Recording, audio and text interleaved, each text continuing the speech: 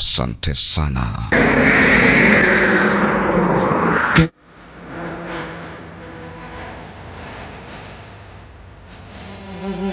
Aha.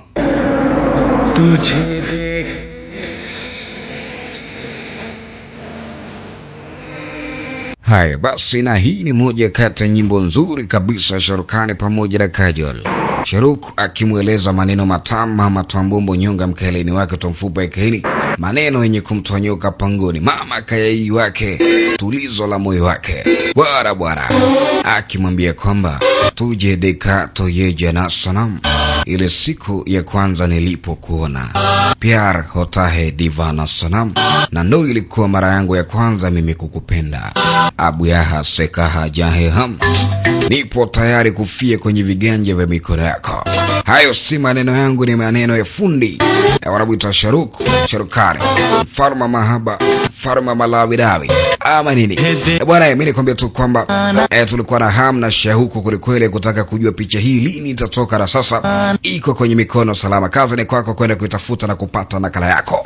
Hii wanaita Taraka, ikiwa kwenye episodi ya kwanza kabisa, ndio tunakwenda kuianza katika wiki hii.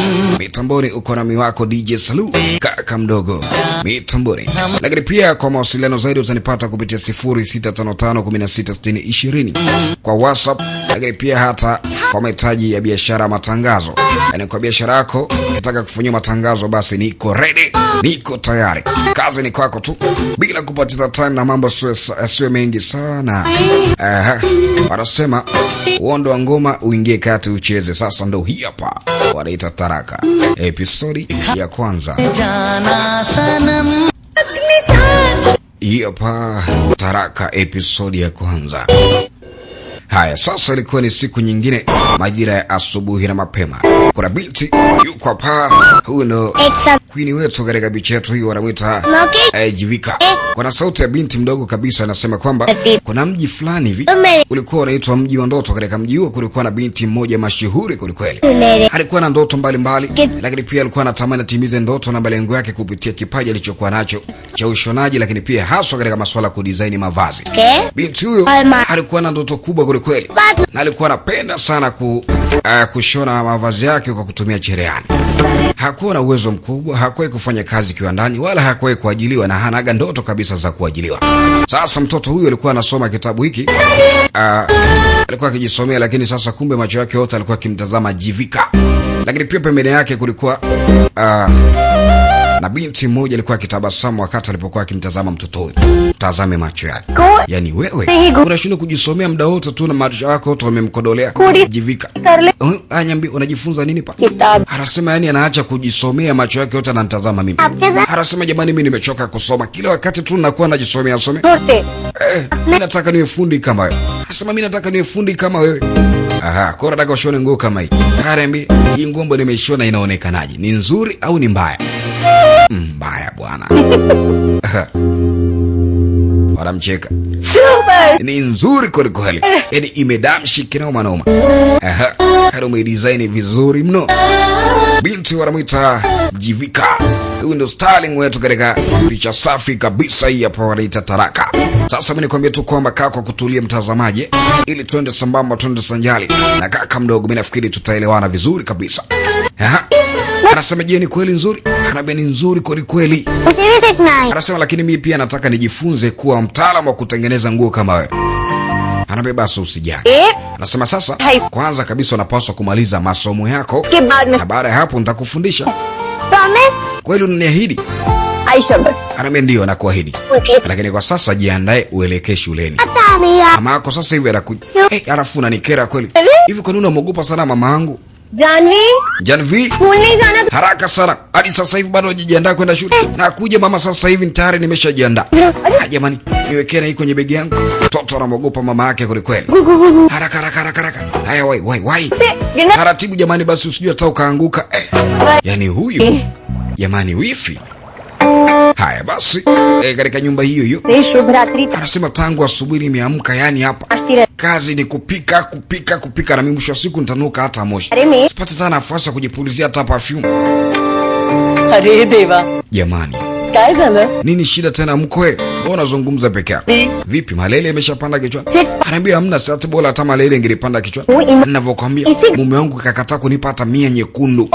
Nashindwa hata kwenda kusuka. Nashindwa kwenda kuseti nywele zangu. Yaani nachoka kweli kweli. Usifu mera beta hai kya? Anasema yule mwanangu anatatua matatizo ya kwanza familia. Ni sawa, lakini anashindwa kutimiza majukumu yake kwa mke wake. Pesa anapata lakini tu anajali familia yake na ndugu zake. Anashindwa kujali hata kunijali hata mimi mke wake. Pesa zote anakuletea wewe na wewe tu na mumeo. Tu janti hai na. Anasema nafikiri unafahamu hali halisi ambayo tuko nayo hapa nyumbani. Tuna hali ngumu sana. Yes karu? Anasema sawa ndio, lakini hata pesa zangu ninazozipata mimi 200-300 nazomeki pia natatua matatizo hapa nyumbani. Hata mimi nyekundu sibaki nayo kweli. Mama bwana. Wakati mwingine hata mnioneage huruma. To dhuna hi padega. Yaani hapo nyumbani mimi peke yangu ndio naonekana kama mzigo. Yaani mimi naonekana sina chochote, sina lolote. Kazi yangu ndio hii, kukaa jikoni, kupika, kupakua, kufanya usafi hapa nyumbani. Nachoka. Mko huyo ana mchambaji mama mko wake, mtora mko wake bwana. Haya basi, akina fulani hata mitaani huko wako kama hao. Hata unatazama yawezekana mkweo pia wanamchamba kama shoga yako au mke mwenzako.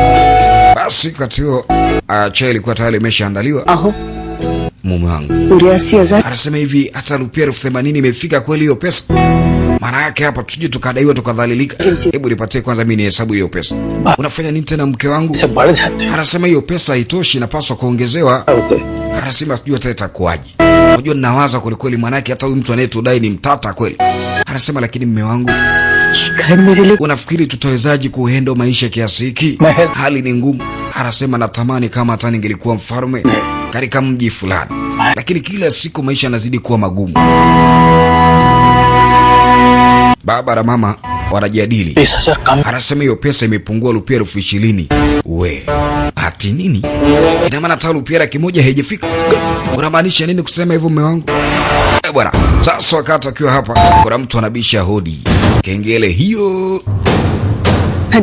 Anambia mume wangu usijali, subiri kwanza, kamata hii pesa, ache mimi niende nikafungue mlango. Lakini anaonekana kuwa na wasiwasi kweli kweli. Kuna mtu anawadai sasa, wanahisi huenda ndo huyu amekuja. Bwana, sasa mama anakuja kufungua mlango. Usiyempenda akaja. Wanasema ukitaka kuomba dai chako. Sasa mtaalamu hajakaribishwa akapita ndani moja kwa moja. Ni mtata kweli kweli. Habari yako mkuu? Karibu sana mheshimiwa. Sasa huyu ndo mtu ambaye anawadai. Sasa kaja na mbwembwe kama zote. Na 4 kaikunja kama sio 5. Anambia mheshimiwa, karibu. Leo nilikuwa na mpango kuja kwako kuletea pesa yako. Sasa kama ulikuwa na mpango, mbona hukuja kwangu? Anasema subiri kwanza.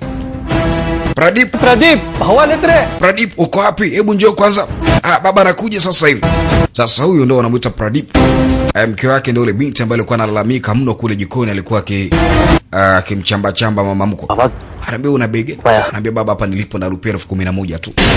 Mke sasa anaona mume wake anatoa pesa na mkabidhi baba, wakati yeye anashindwa hata kupewa pesa kwenda kusuka. Bwana, sasa anatazama yote yanayoendelea hapa nyumbani. Sasa kumbuka wana deni, ilikuwa rupia 80,000, sasa imepatikana rupia 11,000. Maana yake ni kwamba kuna rupia 91,000 imepelea rupia 9,000 kwenye rupia 100,000. Anambia mheshimiwa, hiyo pesa haijakamilika, imepelea rupia 9,000. Anambia lakini mwishoni kabisa mwezi huu nitakulipa pesa yako. Haijulikani huyu mtu anadai pesa hii ni ya nini, haifahamiki. Twende sambamba, uko mbele tutafahamu zaidi. Faruk, tempo bado. Anambia sasa nataka ulete gari ya kuhamisha vitu. Hapa ndani kuna friji, kuna TV, kuna furniture, kuna kila kitu. Tutabeba kila kitu cha hapa ndani.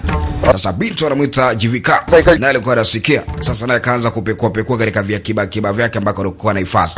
Anasema nimeona kuna pikipiki pia iko hapa nje. Hebu niambie pikipiki ile ya kwako? Scooty bhi gadi hai. Anasema hata pikipiki pia tena ipo. Brand ki hai na. Kuna element. Kuna baadhi ya vitu vingi tu vizuri vya samani, kwa hivyo inaweza kutusaidia. Binti anamuita kaka yake Pradip. Binti akara toa pesa mchagoni, akara toa pesa katika kila kona ambako anahifadhi pesa zake. Anasema kaka, छान मारा imepelea rupia 9,000 lakini hapa mimi na rupia 8,000 tu.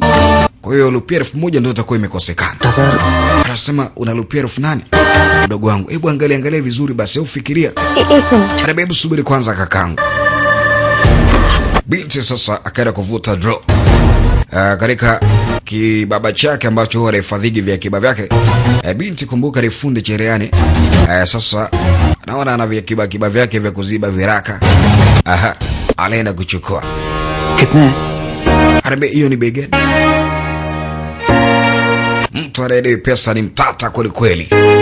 Aha. की जरूरत थी Anasema uliokuwa nitaka ndio imepatikana. Iliyopelea rupia 1,000 hii hapa. भी मिल जाते हैं Anasema basi hakuna tena haja ya kuogopa. Katika mwezi huu tutakuwa tumeshakamilisha deni ambalo tunadaiwa. Alimshukuru mno mdogo wake. Binti anabutajivika. आपके बाकी के पैसे? Arabe pesa iliyobakia hii hapa rupia 9,000 kwa hivyo imeshakamilika rupia 100,000. Arabe sikia. अगली बार Usumbufu ambao nimeukutana nao leo sitaki tena nikutana nao mwezi unaokuja. Kama usumbufu kiendelea na nasema hivi na waonye takachokifanya msije mkanilaumu. Na nataka mniandalie pesa yangu keshi, sitaki marumba. Anaambia tafadhali usijali mheshimiwa, utakapokuja pesa yako utaikuta kamili mwezi ujao. Aliposimama kila mtu aliogopa. Kwanza anatishaji. अगर मेरे को आना पड़ा ना Anasema kama nitakapokuja tena kwa mara nyingine nitakapokutana na huu sumbufu sitamwacha mtu yote salama. और अगली बार मैं टेम Wakati mwingine wakati ujao sitakuja na gari ya kubeba vitu, nitakuja na truck. Yaani nitakuja na vunja. Ewara. Huyo ndo anamuita Mr. Mtemi bwana. Mr. Madevu. Ewara, kama dalali wa magari kule kale yako. Hatari kweli kweli. Baba kachoka mwili hadi akili. भाव जैसे लोगों के सामने Jamani, बाहर आने की kwa nini mmejitokeza mbele ya huyu mtu? Anasema kaka, uone kama alikuwa anatutishia maisha. Anaongea tu ovyo, anatutukana, anatudhalilisha, anatutishia si maisha. Kwa nini alafu kila wakati kila anapofika mwishoni mwa mwezi au mwanzoni mwa mwezi anakuja kutuletea shida? Amekuwa nani? Subiri tu aone mimi nitakapopata kazi. Nasema nitalipa deni lote ambalo anatudai. Maana yake imekuwa ni kero.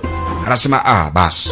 Huyu mtu hatumiliki sisi. ये सिर्फ Anasema tutakapopata pesa tutamlipa pesa yake. कभी भी बाकी है। Anasema lakini sasa deni ambalo limebakia ni kubwa mno. लोगों ना इस पे Anasema jamani, mimi nafikiri acheni tu tuendeleeni kudhalilika na kuaibika. Hado maisha ambayo tumeamua kujichagulia. हर महीने होने वाली है Anasema sasa hii ndio imeshakuwa hivyo kwa sababu kila mwishoni mwa mwezi tutaendelea kudhalilika hivi hivi. Haya basi mimi nikwambie tu kwamba hii hapa inakamilisha hatua nzuri kabisa ya kwanza, episodi ya kwanza, picha safi wanaita taraka. Hivyo ndivyo ambavyo tunavyoweza kuikamilisha. Mambo bado moto. Bwana, huu ni mwanzo tu. Bwana, nikwambie tu kwamba usikate tamaa. Kikubwa kubaki sambamba, kubaki sanjari na kaka mdogo DJ Salu. Hakuna kinachoharibika napokuwa mimi. Nafikiri unakubali na unaamini sana uwezo wangu ama nini? Sasa mambo bado ndo kwanza, kama ni movie basi hili ni trailer. Lakini pia kama ndo nataka kuwasha moto basi moshi ndo umeanza kufuka. Baki hapo. Episode ya kwanza inakamilika hivyo. Episode ya pili hii hapa inakwenda kufuata, usikose kutazama tu nzuri kabisa inakwenda kufuata kutoka sasa. देखा तो ये जाना सनम